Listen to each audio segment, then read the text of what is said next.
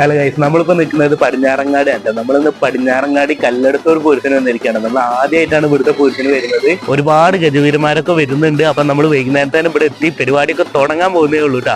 അപ്പോൾ എന്തായാലും വീഡിയോ നിങ്ങൾക്ക് ഇഷ്ടപ്പെടുകയാണെങ്കിൽ ലൈക്ക് അടിക്കാൻ മടിക്കണ്ട. ഇപ്പോൾ തന്നെ ലൈക്ക് അടിച്ചേക്കുക. അതുപോലെ തന്നെ വീഡിയോ ഇഷ്ടപ്പെടുകയാണെങ്കിൽ സബ്സ്ക്രൈബ് ചെയ്യാനും മറക്കണ്ട കേട്ടോ. ഓക്കെ, അപ്പോൾ ടൈം വെച്ച് തന്നെ നേരെ വീട്ടിലോട്ട് പോവാം. Let's go.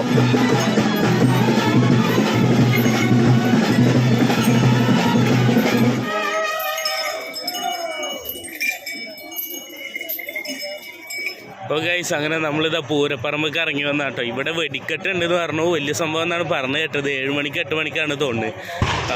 കണ്ട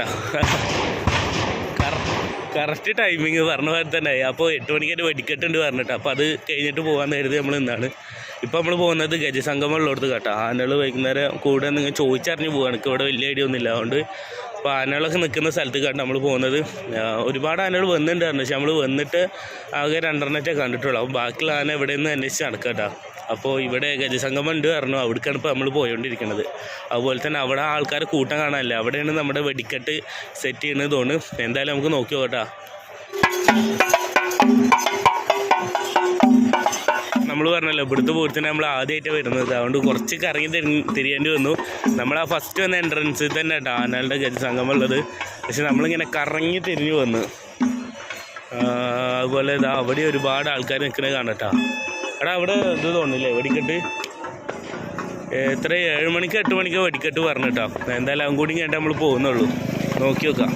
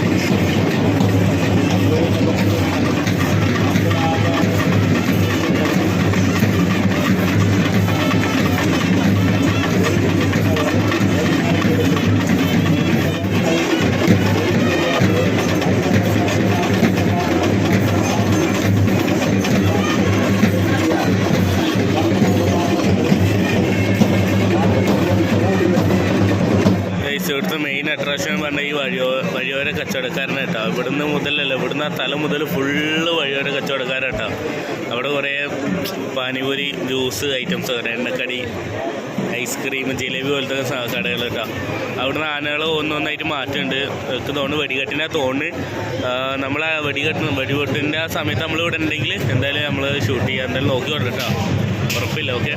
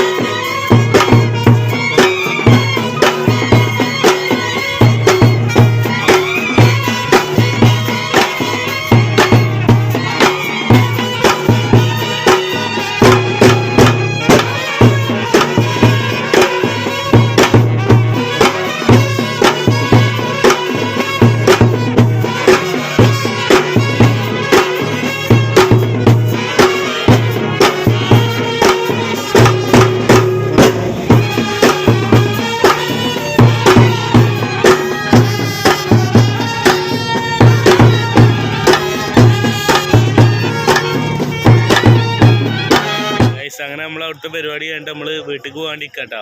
ഇപ്രാവശ്യത്തെ വെടിക്കെട്ട് ഉണ്ടായിട്ടില്ല. കാരണം അവർ 7 മണിക്കാണ് വെടിക്കെട്ട് പൊട്ടിക്കാനായിട്ട് തീരുമാനിച്ചിട്ടുണ്ടായിരുന്നത് കേട്ടോ. പക്ഷേ 4 മണിക്ക് പോലീസ് വന്നിട്ട് സ്റ്റേ തന്നു എന്നാണ് പറഞ്ഞു കേട്ടത്.